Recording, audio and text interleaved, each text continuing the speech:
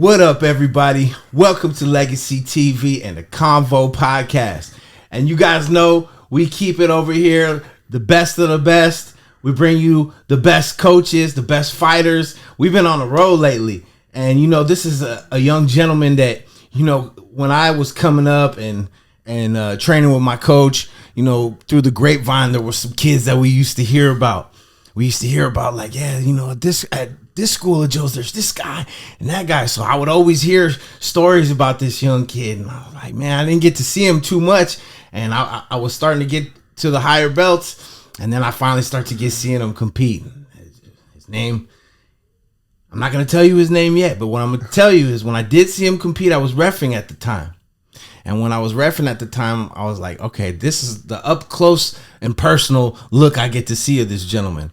And within a minute, he footlocks one of the Carlson Gracie team brown belts like it was nothing and just gets up. I'm like, who is this kid, right?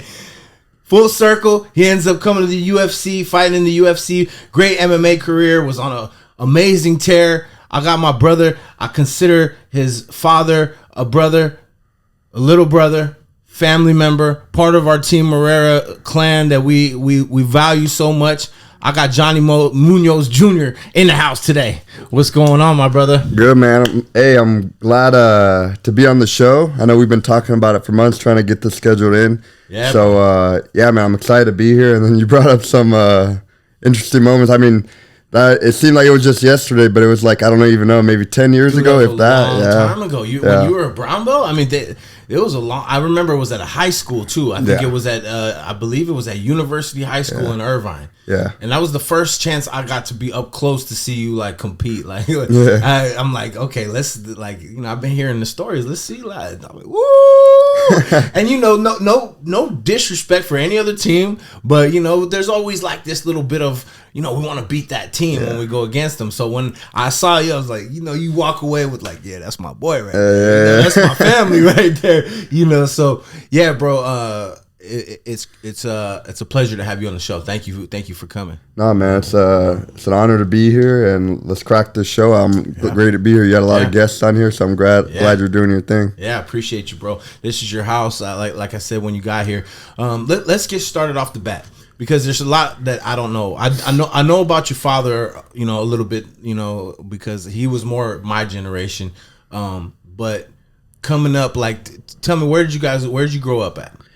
Yeah, man. So I grew up in Norco, California. Sticks. Called the Sticks. Yeah, Horsetown, USA, right? I was born in Corona, California, but Norco's like the little town just right over. So I was born in Norco.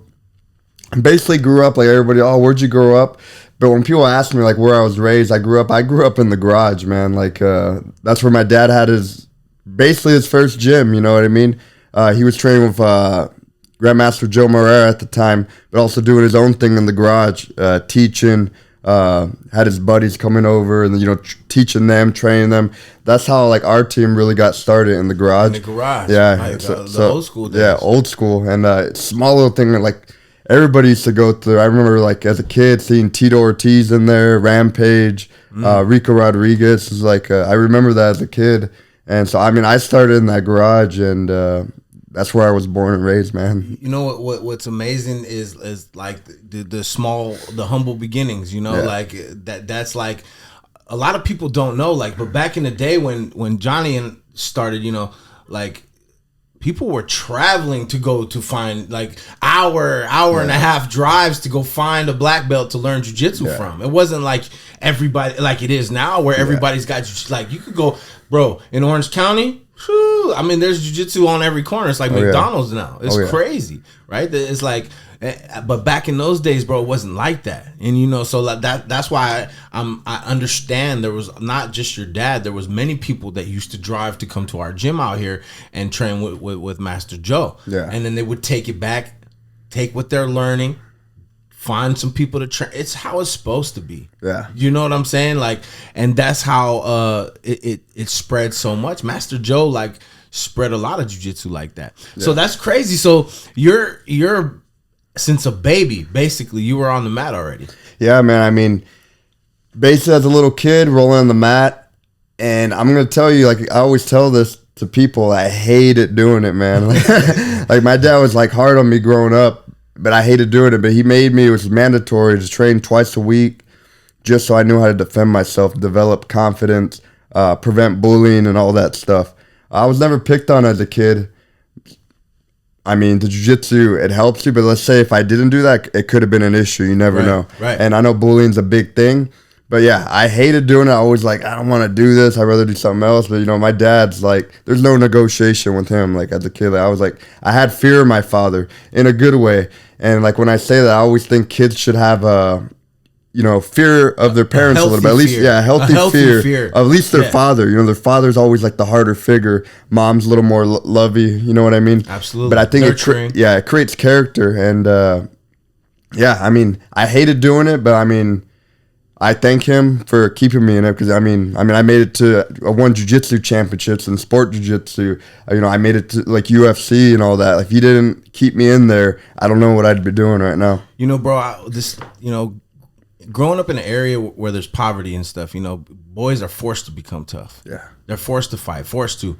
I think your dad did the right thing. I think all, like you said, you know, the man has one job, one role in a child's life. And the mother has another role. Yeah. The father's role is, I believe, to prepare you for a lot of darkness out there. Yeah. You know what I'm saying? Yeah, that's the reality of it. Because the reality is there's bullies, there's people going to pick on you, you're going to be in fight situations, you know, and rather than you go hang around with those kids that are doing those things, your dad pushed you in the right way to learn how to defend yourself. So you already knew, like, man, I whooped this guy's, you know what I mean? Behind. I'm trying not to cuss no more. YouTube been on me for the profanity. If you're watching YouTube, see, we're not cussing. They censoring everything. But yeah, bro. So you growing up on the mats, like, tell me this, right? Where you went to school like normal? Like, I don't know if a lot of people know this about your dad, but I noticed your dad has like a hearing aid. Yeah. Can you elaborate on that? Does he? Yeah, so I mean, obviously he's older, so I wasn't there with him as a kid. From what he told me, you know, my grandma told me, like, you know, as a kid, as a youth, he would get sick a lot, and you know, he had a tough upbringing. My dad, that's like another story, but he had like a very hard, tough upbringing. Like, grew up in Los Angeles and all that stuff. But as a kid, like, he was one of those kids that just kind of was just out on his own, doing his own thing, you know, just trying to get a meal and everything, but he would always be sick a lot as a kid. And I think a lot of that sickness started affecting his hearing. So he lost his hearing at a young age. And completely? Not completely. The hearing aids that he has on, he's able to hear, like, function, like, I would probably say normal. But without the hearing aids, he can't hear very well. So he needs those to hear. But yeah, so I mean, so it was something that he developed young. And so yeah, when he has them on, he could hear, he could talk. But when he doesn't have it on, it's like, it's very, you got to really get in his ear. I'm sorry, I had to ask. I was curious about that. And you know, your dad is now a what degree black belt? He's a 5th degree now. I think he's coming up on his 6th. Yeah, I'm a 4th degree. Man, we're getting old, bro. Like, damn. And not only your dad, but your whole family, I believe, are black belts. Yeah, they're all black belts. Yeah, my mom's what's my mom at? She's a 3rd degree black belt. My sister's a 1st degree black belt. Yeah, my cousin, he's a 1st degree black belt as well. My other cousin, right? Yeah, he fights. Super glue. Yeah, I've seen. Yeah. He's bad. Yeah, he's bad. Yeah, we gotta get him on the show. Yeah, absolutely. Anytime, I would love to. Crazy, bro. So you guys, man, y'all must like feel like, you know what I mean? Imagine going out with this family right here, right? The whole family ready, the whole set ready. And the thing about it too, like we don't look for trouble. You know, we're humble. Yeah. But I mean, if trouble's there, but we'll check somebody real quick. Not only that, but like if somebody gets into trouble, you got a whole family that can help you out. Yeah, you know what I mean? It's pretty cool, bro. I respect that. You know, I've been trying to get my kids to do jiu-jitsu, but you know, it's hard, especially the girls, man. The girls, it's hard to keep that on. Yeah, it's hard, but girls, I think they need it the most, man. Yeah. Bro, right? You know, I keep trying to tell my daughters, like, you know, you never know I know what this world is capable of, so I keep trying to tell them, but you know, they didn't grow up where I grew up. Yeah. I moved out of that area and around who I hung around. So they don't see that. So they don't think it can happen. Yeah, and of course. And it can. and it can. So that's why I keep trying to tell them, get into jiu-jitsu, come to class. You guys, get your kids into jiu-jitsu. Get your, you ladies, get into jiu-jitsu. It could save your life. It really could. Yeah, it does. Changes your life, your perspective. I always say this. I feel like if everybody in the entire world, we're talking not America, Asia, Africa, if everybody in the entire world trained, I guarantee you there would not be any wars. There would be a better place. There would be a lot of peace. It humbles you, man. Yeah, for sure. That's the one thing it will do. Yeah. I tell people all the time is especially the people that think they're, big and bad and stuff, like go do jiu-jitsu. Yeah. You won't think that no more. Yeah. I mean, you train like I train. I mean, it's like, when you're out in public, you're not looking to fight nobody. You're just trying to mind your own business. Obviously, if it comes your way, you're going to deal with it. Right. But at the end of the day, like when you train, you've been through the grinder. You know what I mean? You're up there in the ranks. It's like you ain't looking for trouble. You just rolled fucking 10 rounds this morning. Excuse my language. It's all good. And you're just trying to have fun afterwards. Chill out. Yeah, nah. See, the thing about it is, like, jiu-jitsu changes people for the better. Period. Yeah, period. Period. So growing up, you're already doing jiu-jitsu. How'd you do in school? Were you doing well in school as well? Yeah, I mean, I did well in school. What a lot of people don't know about me, I was actually homeschooled coming up. So you were training. Yeah, I was just in the grind training, man. And honestly, I'm gonna get into this topic. I feel like my dad, my parents, they were kind of ahead of their time. At the time they didn't want to put me into school because they wanted me to kind of learn the right way, implement their values as every parent should implement their values or what they want their kids to know. You know what I mean? And so basically, I grew up like homeschool, would send the packets in just like that. It was a good curriculum. So it taught me a lot of discipline because you got to be on it. It's one of the things you got to be on it. And I mean, don't get me wrong. There was times like I flanked off, cheated, and all that, whatever. But I don't recommend it. But I felt like I was always pretty smart, and I went to college. I have a master's degree. You know what I mean? So I don't recommend it. What I'm doing, because there's times I felt like I wasn't learning crap in school, but I don't know. I was one of those guys who was able to get through it and still finish. But yeah, I was homeschooled. It allowed me a lot of flexibility to train, and I was going to start going to school at high school, but I didn't because that's when I really started amping up my training, and I kind of wanted to be on my schedule, if that makes sense. I felt like if I would have went to school, it would have really screwed up my training, which it's hard because when I was going to college, I had to juggle it. I was able to do it, but it's difficult. So you training that much, I assume not...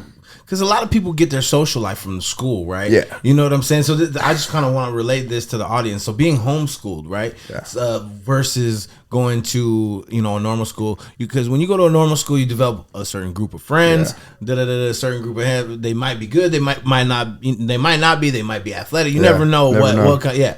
But when you are being homeschooled by your parents and your other place of going and having fun is training and doing jiu-jitsu, I'm assuming that growing up your friends became a lot of the people that you were in the gym with. Yeah, I mean, even though I was homeschooled, this is like a common thing.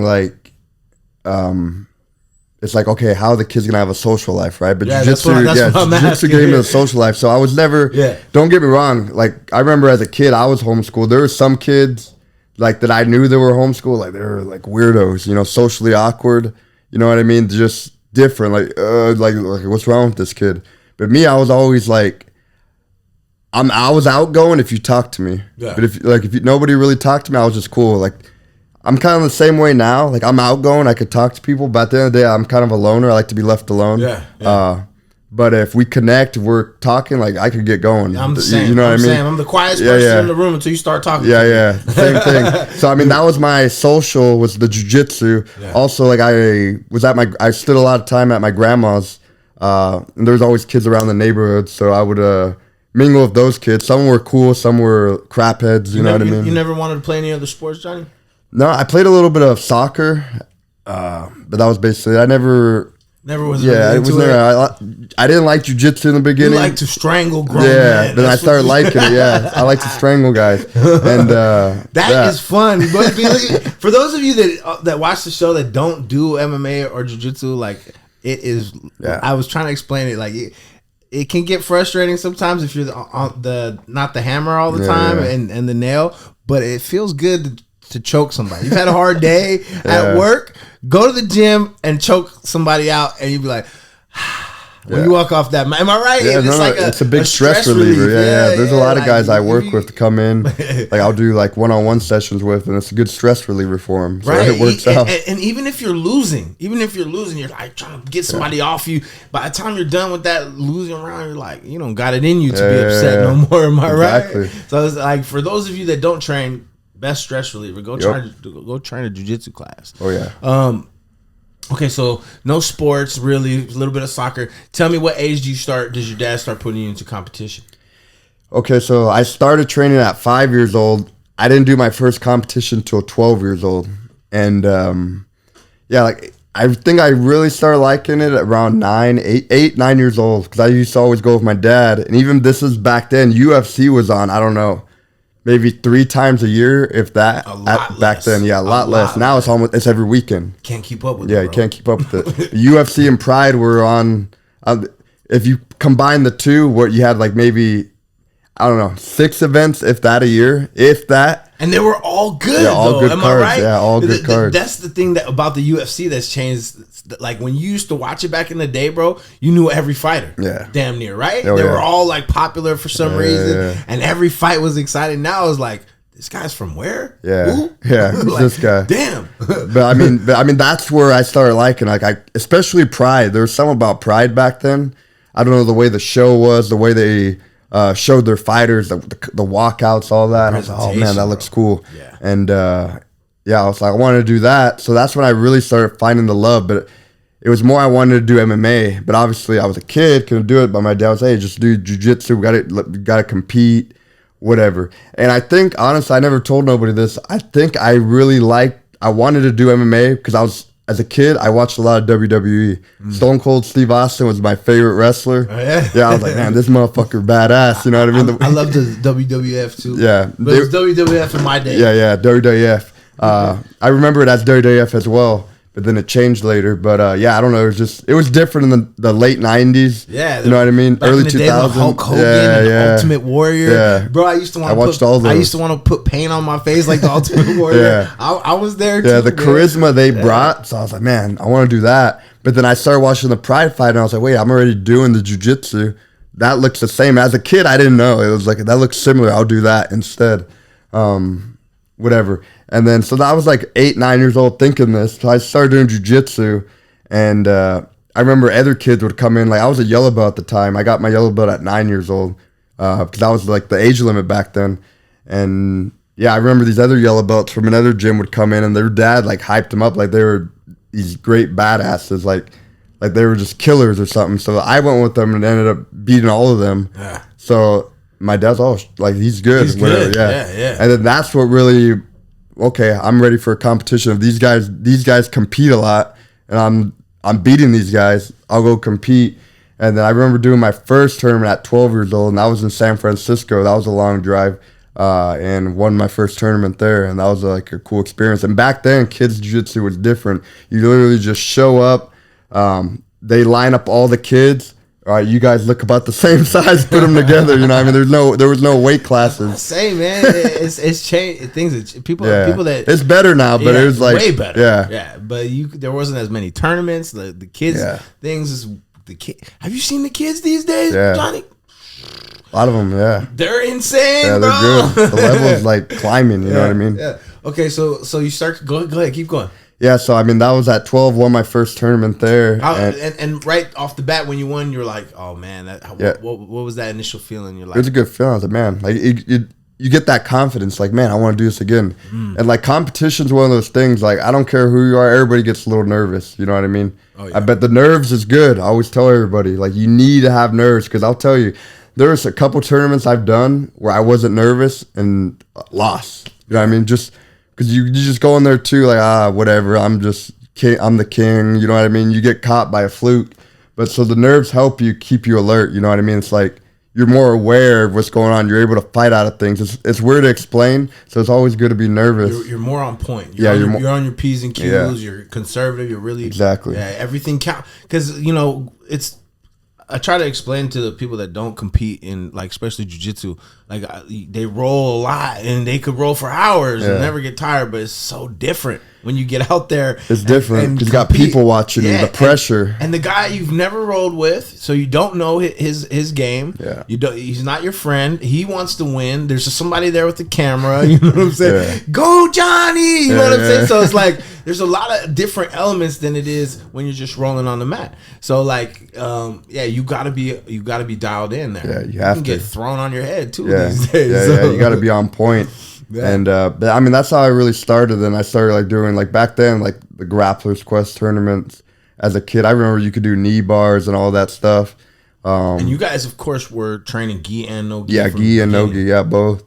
And but yeah, I mean, that's how I really started, just doing all the tournaments. Got my orange belt, competing tournaments there. How'd you do in the adult ranks, the blues, purples? Did you win any major titles in the blues? I remember thinking you had won a Pan Am championship. Yeah, I won the Pan Ams as a blue belt, and the gi worlds, I got second place twice as a blue belt. Yeah, but IBJJF, man, those advantages. Dude, they're so hard to get. And those divisions that you got those medals people don't understand how difficult, bro. There's so many people in those divisions. Oh, yeah. And in your weight class, bro, like, yeah, I mean. Like, I remember I've 4 or 5 matches to get to the finals, you know what I mean? That's what I'm saying. Yeah, it's a lot of matches. I remember competing in Pan Am's as a blue belt, bro, and I think I had 5 matches. I don't remember exactly. It was like 5 or 6. And I still had more to go. Yeah. But after the 5th one, because it was just scramble, up, down, up, I was done. Joe was like walking on my arms. Are just dead. They're like, just put a fork in him. He's dead already. Well, but it's true because I had some teammates win 5 matches and then lose their 6th match, still didn't place. That's what I'm saying. It's crazy. So that's like just that right there, blue belt. Like that's probably like people that don't understand. White and blue belt are the most competitive. Oh yeah. So being able to win a Pan Am championship, that's big, bro. Yeah. So you were, and then of course you competed blue, purple, brown. Any more like competitions, blue, brown, and black as far as IBJJF? Yeah, so I mean, blue belt, like I was doing the IBJJF circuit, like I won like nationals, no-gi worlds. Yeah. Then I got my purple belt at 17. Yeah, 17. And it's the same thing. I won the no-gi worlds there, like the nationals. Then I was a purple belt 2 years. Then got my brown belt. I was 19, I think, when I got my brown belt. Like 18, 19. And then won no-gi worlds there, won like nationals, that stuff. And then I got my black belt. I did the SJJF Worlds, which is another federation. Right. I did that one. Won my division and absolute, and that's where I got my black belt on the podium. I was 20 years old. Damn. Yeah. 20-year-old badass black belt too, like legit. Like I've been around jiu-jitsu a long time, bro, and like for sure, like you earned that. Yeah, you know I appreciate it, man. And it's good to see like. Some of our, much respect to all the other teams, but I like to see somebody from our team, like our family, like that good at jiu-jitsu. So tell me, at what time in the jiu-jitsu, I know you already wanted to do MMA. Yeah. So at what you already were planning, where you had started striking already before, and when do you take your first fight and stuff? So I was playing with striking a little bit throughout the years, my teens, nothing crazy. Just here and there. Yeah. I kind of got, I don't want to say like a little bit lost in the jiu-jitsu where I wanted to fight, but then you get so competitive in sport jiu-jitsu, right? Absolutely. And I had a lot of good moments in sport jiu-jitsu, but a lot of bad moments as well, like bad ref decision calls where I thought I could have won a match. Like I've never won a ref decision at IBJJF. So never. And I was like, man, like this is like always, you know what I mean? That's not by coincidence. It's like at the time, like there was a thing. I think Lloyd Irvin said at the time. Yeah, Lloyd Irvin was here. We just did a Lloyd Irvin podcast, and he literally just said the worst refereeing I've seen ever in IBJJF. Yeah. So yeah, he calls the good old boy network. I remember that was a term he was using back in the day. It's like basically, if you weren't in the clique, you weren't. Yeah, like bro, whatever. It's cool. But yeah, I mean, I was playing with the striking, but once I got my black belt, that's when I decided to transition to just fully to MMA. I competed like a couple times at black belt, at the SJJIF Worlds and that stuff. But my main focus once I got the black belt, is I just want to get into this fighting stuff. I did this. I did the jiu-jitsu, and now I want to do what I really want to do. Yeah, and that's what I got my black belt at 20. And then I think 9 months later, which was in September, that's when I made my MMA debut, King of the Cage. And yeah, I won my first fight by armbar. And that was a crazy experience too. I remember walking out, I was like, man, this is a different feeling, you know what I mean?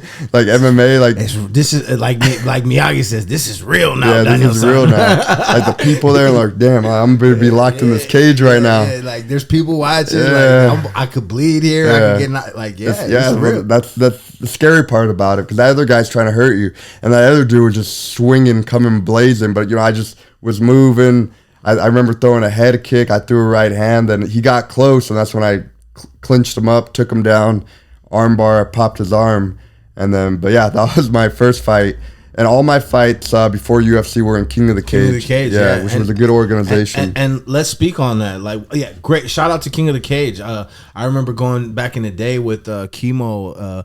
Chemo. Yeah. Shout out to my boy Chemo. We've been talking about you a lot, Chemo. Went with him to corner Abner, and I loved King of the Cage, man. Great promotion, great event. Yeah, great event. And you were undefeated in King of the Cage, am I right? Yeah, I was undefeated all. And you were champion? Yeah, King of the Cage champion as well. Bantamweight. Yeah. For those of you that don't know, in King of the Cage, it's 135 as well, right? Because there's no different. So 135 is bantamweight in the UFC and in King of the Cage, just to clarify that as well. Some promotions have different weights for their weight classes or whatever. But yeah, King of the Cage, you became a champion. You defend the title there too? I didn't defend the belt there, so when I won the belt, which was a tough 5-round fight against this, it was a last-minute replacement. I don't even know how to say the guy's name, but he was from Mongolia. This dude just came to fight, man. I won every round, but it was just like one of those tough fight. Yeah, he wasn't going nowhere. Yeah, he wasn't. Yeah. But that was a great experience going the 5 rounds, because like it gave me like, okay, I could do it. I think every fighter's fear is like when there are those championship fights, it's like, man, that 5 rounds, it's always in the back of their head. Extra you know what time, I mean? Yeah. What if I have to go those extra minutes? They're not used to training like that, or a fight like that. Yeah, bro. So I mean, but it was a good experience. And then after that, I fought one more time in at 145 in King of the Cage, and won that by a rear naked choke, put the guy to sleep. And then I was scheduled to defend my belt. Why go up to 145 and not for a belt? Just to do one at 145, just to try the weight class? Yeah, I think they were having a hard time at the time getting a fight, but and then it was kind of like somewhat last minute. Like my whole career in King of the Cage, like honestly, I never spoke on this here, but like the matchmaker there was always like out to get me for some reason, just like get you up out of there. Just a snake. But the dude played like, oh, we're buddies, we're friends, even cool to my dad. But when we find out, man, this dude's a snake, whatever, and not the promoter, Terry, like Trebilcock's the promoter. He's always been good, but he didn't know his matchmaker's being a snake, and but I heard like the matchmaker's on his way out now, which is cool.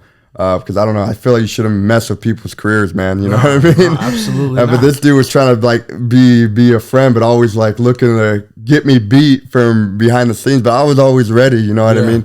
And like every time I was scheduled to fight someone, then boom, always all of a sudden last minute dude, But that's why you got to be, cool. But luckily I've always training and was always prepared for whatever. Yeah. And but yeah, that's why. So that fight we did 145, and I won that fight. Then I was scheduled to defend my. How many submissions so far, like up to that point? Do you remember? I can look your record. Yeah, look it up. I don't even. But I mean, I remember back in the days looking, and I remember it was like you were just on a tear of submissions. Yeah. Am I right? Yeah, I got a lot of submissions, but there's a couple TKOs too. KOs. But I mean, like. You were nasty on the ground. Yeah. There's one guy footlocked. I don't know if you've seen that on Instagram. Somebody leg locked something. Because look, you had 3 amateur fights. Yeah. Which 2 of them you won by submission, 1 by knockout. Yeah. So that's 3 right there. Then submission, then a decision, knockout, submission, knockout, submission. Decision, and then submission, bro. Yeah. So I mean, like in that time, bro, you were the man. Yeah, I was going through the circuit. Yeah, I mean, I was one of like at the time, the top prospects in the regional, like, you know, you guys don't know, like in MMA, outside of the UFC, it's called like the regional scene. So there's different like areas. So like I was in California. So like on this side, like I was like the prospect, you know, the guy. You were the guy. Yeah. You were for sure the dude.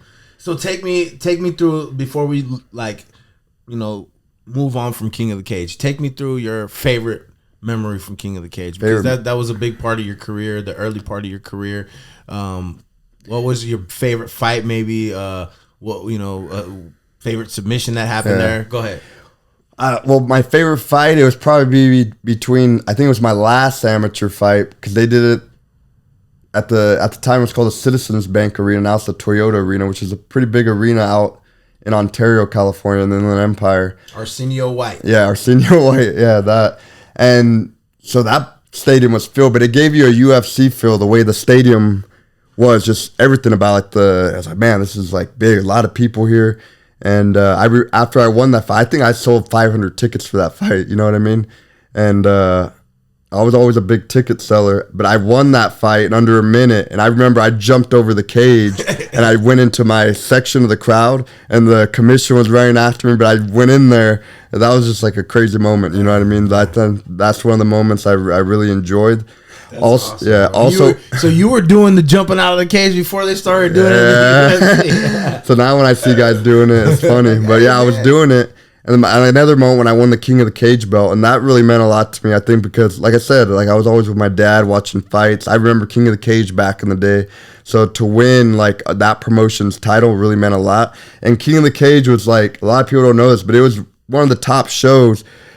When UFC in the 90s was going under, King of the Cage was like the show keeping MMA alive. Like Rampage was in there. Right. A lot of fighters been in there. A lot of world champions have come through King of the Cage. And a lot of the best fighters in the world have come through King of the Cage. Yeah. And they still continue to bring, you know, I look at it like, you know, you got to have these type of organizations that may not be the biggest one, but they're the ones that, you know, are the biggest ones outside the UFC that are going to get you ready. And because the shows, the King of the Cage, like damn near like, you know, getting you prepared to go there. Yeah, I mean, there's a lot of history with King of the Cage. That's why winning that belt really meant a lot. Yeah. And I was scheduled to defend that belt in March of 2020, but then, as you know, the COVID happened, the pandemic shut everything down.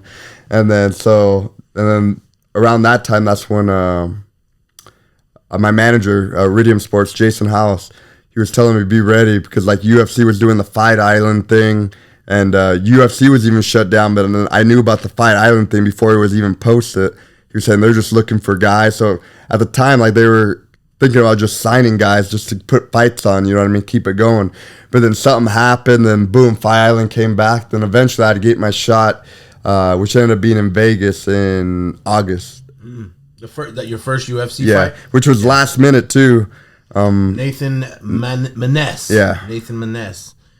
And that was your first one. That was last minute? Last minute. I remember it was Thursday. I had just got done sparring, and the Inland Empire gets hot, man. I was like just... Regardless of win, lose, or draw, take me through, like, dude, you become a champion. As a kid, you wanted to become an MMA fighter, and you finally find out, I'm going to fight in the UFC. Yeah, it was a crazy moment. How proud were you? How proud were your parents and stuff? Yeah, proud and everything.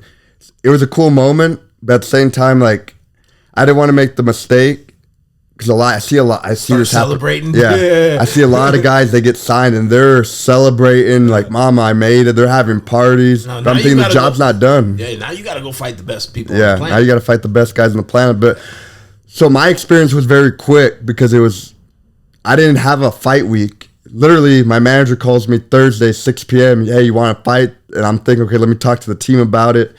And we were 50-50, but I was like, I want to do this. This is my time. I could beat this guy. And then we ended up driving out there Thursday night, got there at midnight. And it was a very weird time, because like they were in the testing, the COVID, and you had to take a COVID test at night when we got there. We had to do one in the morning, just a bunch of COVID tests. And... yeah, and then we fought at 145, because I wasn't going to make 135 that short notice. So we did 145, and I was like, man, this is like just different. The way UFC, they're very professional, the way they have their team checking in on you. Okay, from my point of view, I feel like, damn, like, your first fight in the UFC is kind of rushed in a way. Am I right? Like when you look back on it, it was rushed. Yeah. Like you did your career was perfect, bro. And then hindsight, do you think that I know life is full of opportunities, and if we're opportunistic people. We jump at that's the way we are. But hindsight, when you look back, do you think maybe you could have had a full training camp and still got in the UFC afterwards? But regardless, that gave you your shot. Yeah. But when you look back, would you have preferred to have a full camp? Obviously, yeah, for sure, full camp. I mean, I can't change that now, but at the same time, I feel like some of these decisions, it's kind of making my story right now. Right, you know what I mean? Because some people always looked at me okay, this guy was a protege, you know what I mean? Right. Just winning all these jiu-jitsu tournaments, had a good come up in MMA. But now I feel like I'm getting my tough upbringing. As a kid, your adversities. Yeah, my adversity. As a kid, I had a good upbringing. My parents didn't have much. I remember, my dad would always work a lot to be able to provide for us. Then he got to a point where he became successful. But he always made sure there was food on the table, we were taken care of, so that way we didn't have to struggle. Mm-hmm. So I feel like a lot of this stuff that's kind of, and we'll get into it my MMA career, it's the adversity I'm facing. Yeah. So now it's a part of my story. Am I going to overcome that? That's you got to be continued. Overcome that. And I am going to pass all these tests. So you had your first fight you lost, and I remember I've watched all your fights. I was telling you before. For those of you who don't know, I do bet on fights here and there, not too much, okay, but every time he fights, I'm betting on him. That's my that's family. In the next fight you fight Jamie Simons. Yeah. And then you submitted him. Yeah. And that was when I was like, ooh, oh, he's back. And then I remember because, bro, you know what it is? I think when you know somebody for a while, and especially if you're, you got a lot of love for jiu-jitsu, you always want to see them do jiu-jitsu. Even though they're not only doing, he's not only doing jiu-jitsu. He's striking, he's doing wrestling, he's doing everything. But when you're in the jiu-jitsu world, you just want to see the guy. I'm the whole time he's gonna take him down right now. You're looking for them to almost go and do jiu-jitsu only. It's no, he's a mixed martial artist. He's good at everything. Yeah. But I think when you submitted him, I think we all were like, see, that's Team Herrera right there. You know what I'm saying? Yeah. But take me through that. What does it feel like to get your first win? No, it was a good moment, especially too. I want to rewind a little bit because the Nate Maness fight, that was in the Apex. You know what I mean? So that fighting that Apex is weird, man. It's quiet in there. Now there's getting people in there, but when I fought that first fight, there was dead silence in there. So there was a weird feeling, it's like say you get signed to the NFL, you're here, you're about to play in front of all these people. Oh, yeah. So it's like UFC's like that. For MMA, so it's you get signed, but then you go out there. It's man, there ain't nobody here. This is weird. Yeah. You know what I mean? You almost lose the motivation. Yeah, it's weird. I've always been a showman where I do well performing performing in front of people. King of the Cage, those arenas were always sold, so I'm used to that. There's some guys that like the Apex. It's quiet, but I've always preferred it with people. So, and even the Maness fight was a very close fight. Yeah, it was. A lot of people said it could have went either way, but then that happened. Then boom, I fight Jamie Simmons, Texas, and this was in Houston. So I was like, okay, this really felt like my first UFC fight. This is what I visioned since a kid. Okay, live crowd, big arena, people. You know what I mean? And a full training camp. Yeah, full training camp. Yeah, so it was just everything felt right, and it was man, this really feels like my first UFC fight. I had the fight week, everything how it's supposed to be. Doing the interviews with the commentators, and I remember walking out and I was like, man, I'm gonna win this fight. It just felt everything right. And I came out to SPM Wiggy Wiggy.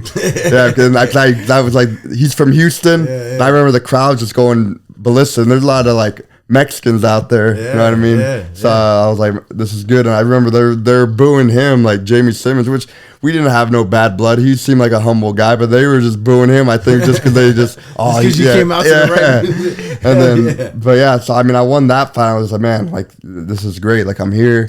And that was the like dream had become a reality. Yeah. You know, like where, you know, like I keep telling people, it's like getting signed to the UFC and being able to fight in the UFC is like a rapper getting signed to a major record label and have a hit song. Of course, like you know, it's huge. It's like something to be always proud of, that you made it to the pinnacle of the sport. And not only that, but you won. You won, and not only did you win, you won by you know, submitting the guy. It's something you've been training as a kid. I mean, your dad must have been like the smile on his face if you could have took that and framed that picture. Yeah, no, I'm sure he was happy on that one. And then you know, we're not gonna go every fight because I don't want to, you know, people can go look your fights up, but you know, you had, you know, losses, you had wins, your last couple fights you're coming off a couple losses, and you know, like I was talking to this with Danny Silva, who fights in the UFC.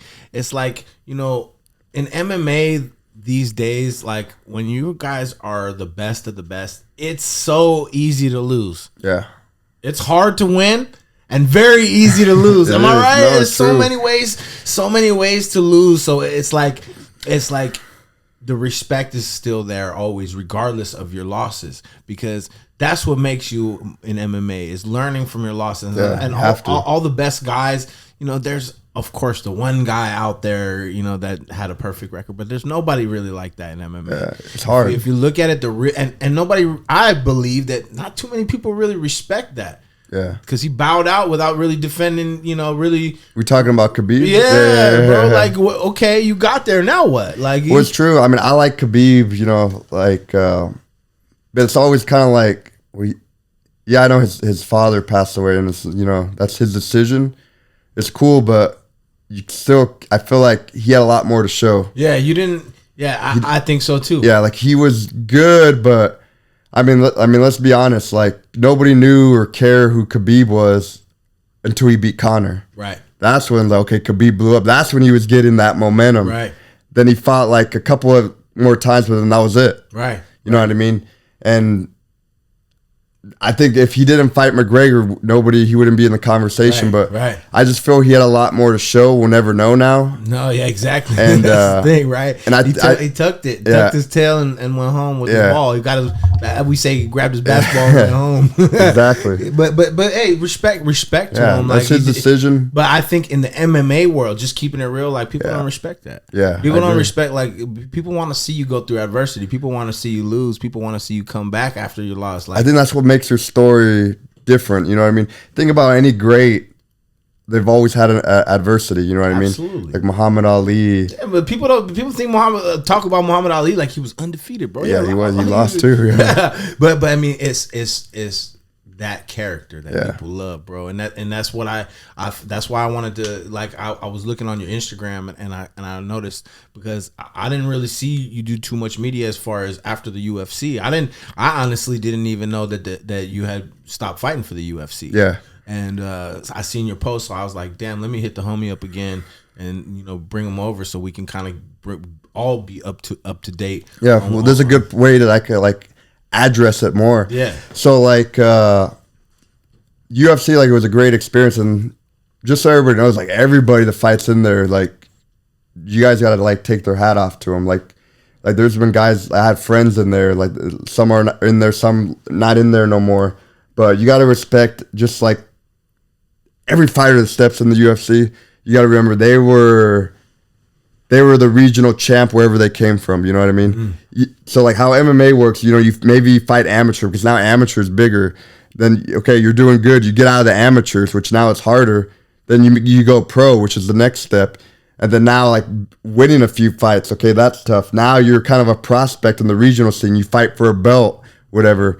Now you're, like, the guy in the number one ranked in whatever region you are. Now you're trying to make it the UFC. You get there. So think, everybody that's in the UFC, they were like the regional guy of their area. Now you're getting all these badasses from whatever, this section. Now this you're putting, country, this country. Yeah. And you're putting the best guys together. So even like the guys you see lose, like maybe they went 0-3 and then got cut from the UFC. That guy is good. Like, don't get me wrong. That guy doesn't suck. Yeah. He fought another killer. It's just like, people don't understand. Yeah, they don't understand that unless they're in the sport, bro. You know, as sad as it is to say, the people in the fans that are drinking the beers, they don't get that part. They don't realize the sacrifice it takes to get to where you got, bro. They don't.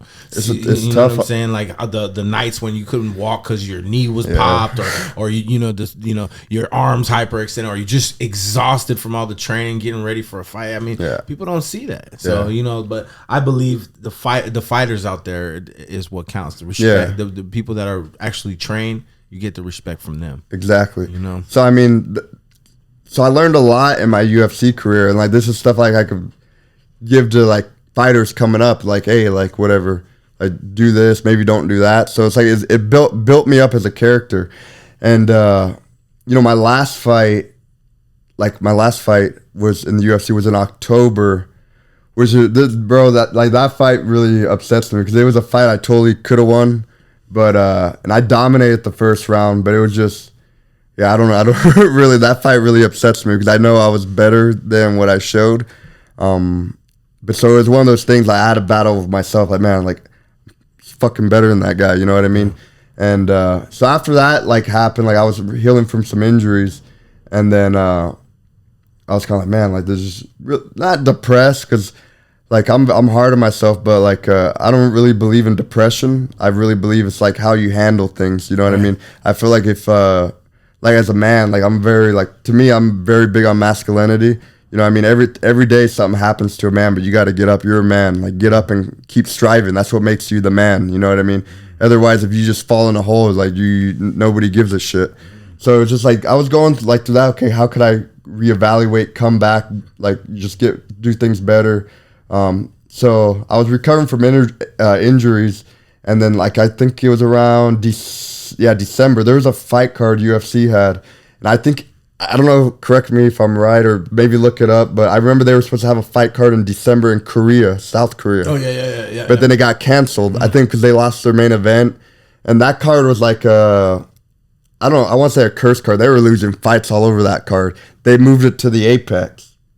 My manager called me, hey, whatever, I think Sean asked, like UFC asked if you'd be available to fight that date, and I was okay. Well, I don't know. Like I told them, like I'm injured because I was injured. I had sent them a thing they knew about. I actually had a surgery on my deviated septum because I've had it like messed up for a while, and that fight kind of just like stuffed it up. I couldn't breathe out of it, so they cleaned it up inside. Now I'm able to breathe on both sides, which is like I could sleep better, which I highly recommend it. So it fixed it up. But UFC knew that, like they covered all that. So I was just surprised, like why are they contacting you when they know I'm hurt? But I was like, whatever. And then I told my manager, hey, well, I haven't even sparred. You know what I mean? I can't even technically fight till April which it would be of 2024, and this was in December. And he's okay, yeah, I forgot, whatever, no worries. The following week, my manager hits me up and was like UFC, they're bringing a lot of guys from the Contender that they got to make room, so they were gonna part ways with me, a couple other guys. And I was like, okay. When I got the news, like I said, I wasn't like bummed or crying about it. Like I was like, okay, hey, that's their decision. Like I respect them. They got to do a business. But I told my manager, I thought it was kind of weird. Just last week they offered me a fight. Had I said yes, I would still be in the promotion right now. Yeah. That was maybe their way of like, Yeah, well, UFC either take it or see ya. I mean, they're a business, and most businesses are ran this way. Like if you don't jump for them, like they like guys. Oh, he said nope. Yeah, get rid of him. Yeah, they like guys. Damn, man, it's cold. Yeah, it's cold, man. That's why. But like, 'cause I could imagine the dude like, oh, he said no. All right. Yeah, so it was. Damn. Yeah, it was. So I was like, okay, hey, like no biggie. I was get back on track, and honestly, like. This is another thing I never told nobody. After the last fight I had, after that fight, I was even contemplating releasing myself from the UFC, just because I was so pissed on like how that performance went. Like it was a fight like I should have won. I should have beat that guy, and I was just very hard on myself. Like man, if I can't beat that guy, why am I here? You know what I mean? I wanted to release myself, work on some things, and just fight other promotions, and even be more active. In my career, I was fighting twice a year. Yeah. I know there were some things that happened, but it was like, man, I wanted to get more fights. And so I was like, maybe I'll just fight on outside so I could get at least 4 fights a year and then get back. You know what I mean? Because that's what I wanted, to be more active. Yeah. So I was, after the last fight, I was already thinking maybe I'll release myself. And my dad, like, and my manager was saying, well, no, you should be proud you're in here. You know, everybody works hard to get here. So I'm thinking maybe I'm being a freaking snobby fighter or something like that. But I was just like angry. But then, so when that kind of happened, it was like, I don't know if it was, I'm a believer in God. I don't know if God was kind of like answering like my, like, what I wanted. Maybe he thought it was better for me. Yeah. And so I was like bummed out, but at the same time, I felt like a new energy again. You know what I mean? Like, okay. Like, I want to prove to these guys, like, I belong here. You know what I mean? Absolutely, bro. And, yeah, so that happened. And I was still healing up and, you know, just coaching a lot, which I've been doing a lot, which gave me a different mindset on the sport, which I think it helps me as a fighter as well. Yeah. And, yeah, so now we're fighting July 28th in UWC, which is down in Tijuana, Mexico. I train down there. I live down there part-time, for those of you guys that don't know. I've been watching it. I'm sure a lot of people don't know, but I see you out there all the time. Yeah, I was just there yesterday. You train with Brandon Moreno. Moreno, yeah, me and him are real good friends. I would love to be a fly on the wall. Watch you guys spar sometime. Yeah, it's crazy. So I bet. But yeah, I'm fighting, and you can watch that July 28th on UFC Fight Pass, which they're doing a real good job down there.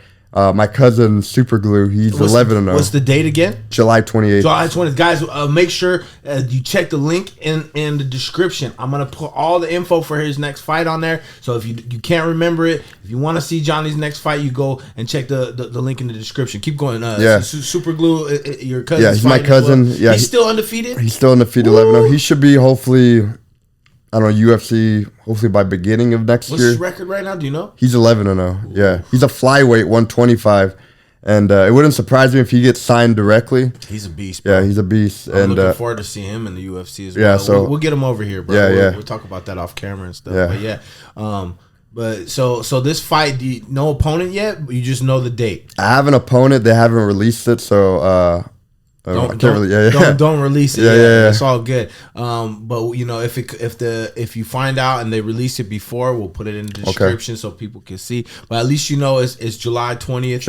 July 28th. 28th. Yeah, July 28th. And what's the name of the promotion again? UWC, which stands for Ultimate Warrior Championship. Ultimate Warrior Championship. It's the biggest show basically in Mexico. You could even say Latin America. They put a lot of guys in the UFC through that show. And, yeah, they're doing big things down there. And I'm excited because I never fought in Mexico. So this will be my first time fighting in another country. I fought around the States, but in another country, I never got the chance to do that. And like I said, my UFC career was cool. I wish it would have been a little different. A lot of my fights happened in the Apex. Yeah. There's that damn Apex. And you'll be back, bro. Yeah, I'll be back. That's the plan. You got to go do your thing a little bit.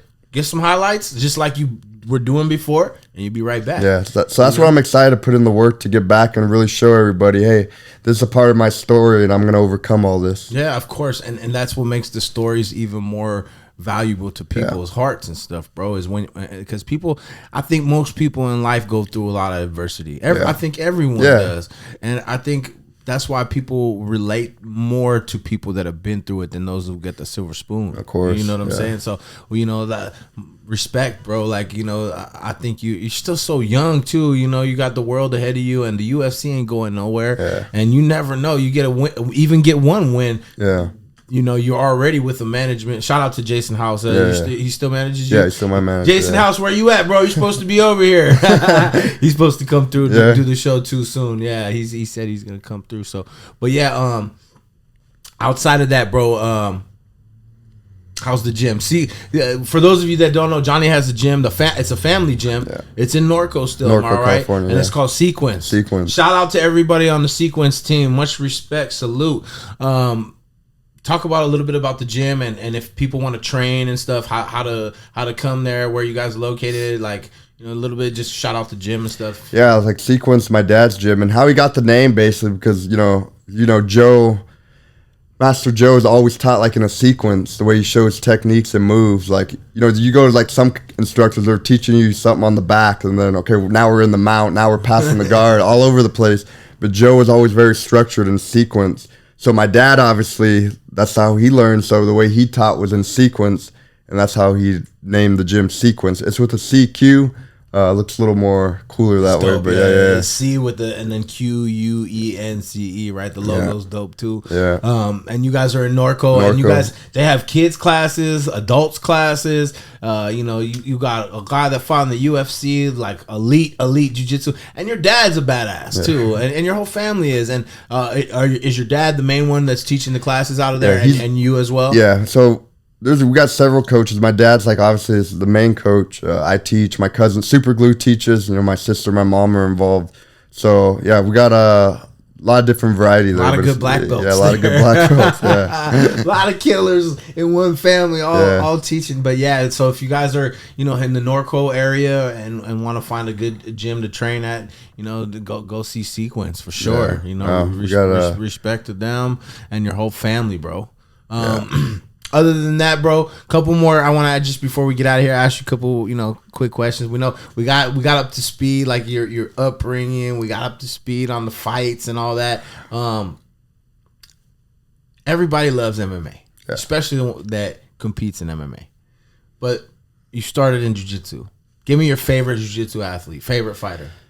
I think my favorite jiu-jitsu athlete, probably Jacare. Yeah, he was my favorite coming up. I always he was very explosive, fun to watch, very athletic. Yeah, very athletic, super athlete. The alligator. He fought in the UFC as well. He was very good in MMA as well. Had some great fights. Did you see the fight where he got armbarred in the UFC, bro? Yeah, that fight. Wow. Did you you could hear his armbar? I couldn't believe. I never in my life pictured to see Jacare get tapped by anybody. Yeah, that was wild. That's why MMA is so crazy. You see some of the best jiu-jitsu guys get choked out. You're like, what? By a purple belt. You know, I saw Rodolfo Vieira get choked out by a purple belt. Anthony Hernandez. Like, what is this possible? It's a different game, man. MMA, guys. It's not jiu-jitsu. Okay, so Jacare, all-time favorite. Yeah. No gi? These days? Gotta ask you that question. I don't really. Okay, so I don't really watch it, especially because you're a world champion. I don't follow the jiu-jitsu scene as much. It's different now, but I still know a lot of the guys, obviously, but I don't follow it too much. I'll see it there and there. But honestly, I think my favorite right now is probably Gordon Ryan. I like what he's doing. Everybo's been saying Gordon. I was going to think you were going to say Mikey Musumeci. Okay, Mikey too. He's actually a good friend of mine. I train with him a lot of times. That kid, he's very good. When I roll jiu-jitsu with a lot of people, it's very rare that I have somebody that gives me trouble. Like just we're going jiu-jitsu. But Mikey's he's a different. It's different. It's very complicated rolling with him. That's dope, bro. Okay, now back to MMA. Your favorite, the guy you idolize, your favorite MMA fighter of all time. George St. Pierre for sure. Yeah, since a kid, I always liked his dedication, the way his philosophy was, and one thing that always admired me about him was that. His wrestling was so good, man. Never wrestled, but he was a student of it. And that actually inspired me. I never wanted to wrestle because I looked up to him. I was like, I'll just be a student of it like him. And I feel like my wrestling's pretty good for a guy that never wrestled. And even when I fought in the UFC, I fought Ludwig Sholian. I think he's Ukrainian. Mm-hmm. So, he was a great wrestler.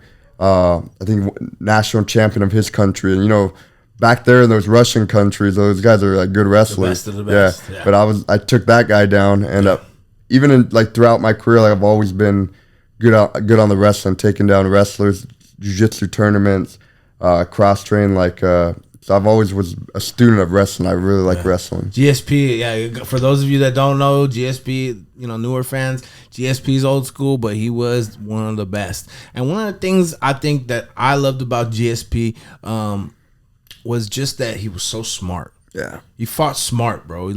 That's what I think MMA is. I was trying to explain this in one of my classes to the guys. Is mixed martial arts is not about he's as good as me at boxing or he's better than me at boxing. Oh, let me see if I can beat him here. No, that's not what's going to happen. MMA is being a tactician in there. Being able to see which tools are that you can use better than they got.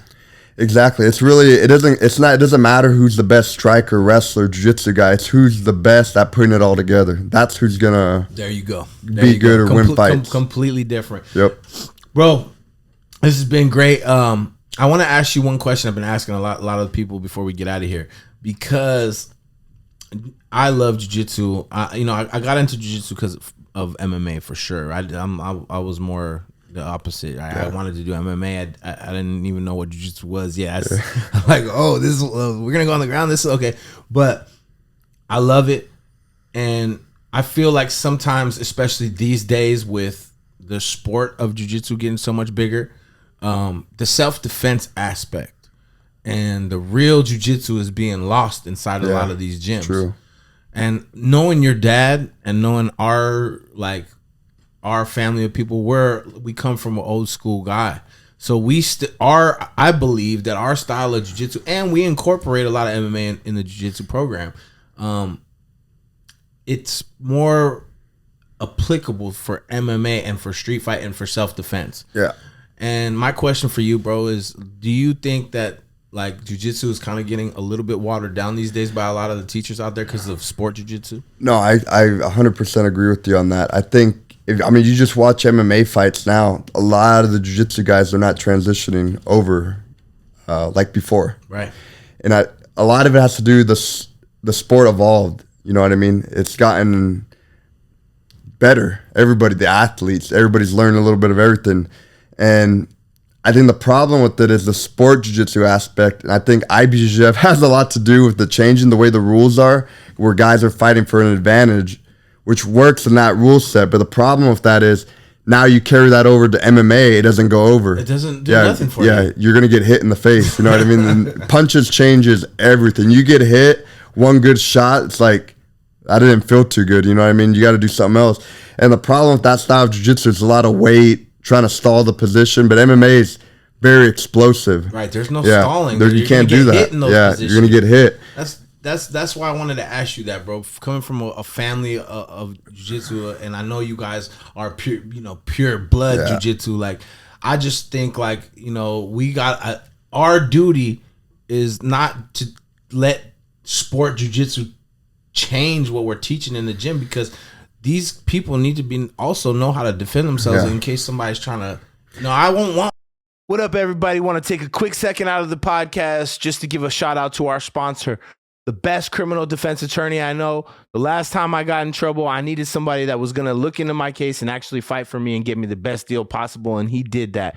And I'll make sure that he does that for you. Make sure you shout me out if you guys reach out to him. They're the sponsor of the Convo. You know anybody, a family member or yourself that make a mistake, you want somebody like him on your side. Arash, please let everybody know how they can get a hold of you. Thank you. Arash Hashemi, 310-448-1529, or HashemiLaw.com, HashemiLaw.com, or just Google hashtag Better Call Hash. Remember that, Better Call Hash. You'll find me on every social media channel all over the internet. 310-448-1529. You better call Hash. I want one of my black belts to look bad if a situation happens and then they get punched in the face. Exactly. And then they're like, oh, what happened to your black belt now? Yeah. Well, this is something I always instill in the students. Like, no matter what it is, you want to fight MMA, you want to do sports jiu-jitsu, maybe you're just coming here to be in shape, to learn, whatever. There's a lot of hobbyists, which is cool. But I always teach everybody, at the end of the day, this is self-defense. Right. You got to know how to defend yourself out there. Hopefully nothing happens to you out there, but you never know. Especially the world we're living in now. Like, I know I could go on. I don't want to go off on tangents, but it's like, you're all good, I'm very pro-American, and I think I'm very pro-American because I travel a lot. I've seen a lot of other countries. Like, I'm a dual citizen of Mexico as well, but at the end of the day, I'm proud to be here. And it's just sometimes I see the way this country is going today, and it's like it breaks my heart a little bit. And it's like sometimes not even safe to be outside no more these days. You just never know it. But at the end of the day, you got to know how to defend yourself in that situation, because if you don't, that other guy out there, he doesn't care if you got a wife, you got kids, if your elbow hurts today. He's a thief, he's a bad person. They're gonna try to hurt you. So you got to be ready for that. So what are you going to do? You're just going to pull guard and try to grab? You know what I mean? You got to be ready to slip a punch, clinch them up, what if you take hold them down. Off? Yeah. You know, like you got to be ready. Yeah. Let's let's make jiu-jitsu like what it's supposed to be at the gyms. Don't let, I'm just saying, like, for those of you out there like that, especially in the community, like, make sure you guys are also, you know, prepared to use your jiu-jitsu in a real situation. Yeah. You know, and take it from some people that, you know, know about it. That's why I like jiu-jitsu now. Like, I recommend watching some of the old school guys. Like, if you watch the old Brazilian top team guys, like Mario Sperry, like he has like a DVD style. I just like looked it up like a couple weeks ago. Old school techniques, but that's the style of jiu-jitsu you need for MMA. Very simple, basic, but it's the way they're cross-faced. And you watch guys don't even know how to cross-face no more. Dude, people in the UFC have their half guard with their legs open. Yeah. I can't believe it, bro. I'm screaming. Like, I tell my students I'm like, dude, I would pass that guard in 0.1 second. Yeah. He's not even crossing his. He's not doing anything crazy to keep me. It's a trip. Sometimes they don't know how to snake. They don't know how to buck their hips and get out the mount. Like it's just it's crazy. Go practice jiu-jitsu, guys. Yeah, exactly. But that old style jiu-jitsu, I'm telling you, it will serve you right in the street, self-defense, MMA especially. Sport jiu-jitsu, it can, but you got to tweak it up because the way the new rules are. But I wish jiu-jitsu would change the rules. I feel like some of the no-gi stuff, like Abu Dhabi, they're doing the right thing. Yeah. But yeah, I mean, if you're trying to do MMA or you're just a hobbyist, you got to know the old school self-defense. Trust me. Otherwise, the Barambolos look cool, but it's not going to work out there. It ain't going to work in no fight. Hell no. But yeah, bro. Game for all you guys. I appreciate you, my boy. Yeah. Let everybody know how they can, your social media handles, how they can follow you. I'm gonna put it in the description below, but it's Johnny Munoz on Instagram. Yeah, on Instagram. Well, on all social media, like I'm on X. I still haven't updated X, so it's still Twitter for me because I like that's Twitter. But you could find me on all Facebook, like at Kid Kavimbo, KIDKVEMBO. That's my name on all platforms. Even I have a YouTube channel, which I haven't played with in a while, but I had some old vlogs. If you want to see some of my adventures in Mexico, go check those out. We'll put that in the description as well. Before we go, explain the nickname, bro. Kid Kavimbo? Yes. Okay, so like Kavimbo is actually my dad's adopted last name. So he was born John Munoz, but he ended up, his mom split up with his dad, and then her new husband ended up adopting my dad, so he became John Kavimbo. So when I was born John Kavimbo Munoz, so it was in my name. So the way to honor that name was Kid Kavimbo, and at the time, like I was like a kid, you know what I mean? And they like the youngest grandkid, not no more, but yeah. So Kid Kavimbo was a way to honor that. And I remember on one of my fight shorts, because Kavimbo is actually Norwegian. Obviously, I don't have any of that blood, but I put the Kid Kavimbo with the Norwegian flag on it, so. That's where that comes. So it's stuck ever since, and I don't know. A lot of people always said it was unique. It was different. Yeah. I always wondered what it was. I'm glad I asked you that. For those of you who don't know, now you know where the nickname comes from, bro. Appreciate you. Thank you for coming through. Hopefully, you know this is the first of many. Yeah, we'll do it again. I want to have you come back for sure. And guys, follow Johnny Munoz Jr. Sequence Jiu-Jitsu and MMA in Norco. Go check them out. Follow them as well, guys. Thank you for watching the show. He'll be back. He'll be back. And you guys make sure you tune in on UFC Fight Pass. Check the description below. Thanks for watching. Like, subscribe, tell your mama and your daddy. Johnny Munoz Jr., the man right here. We'll see you guys soon. Peace. Thanks for having me.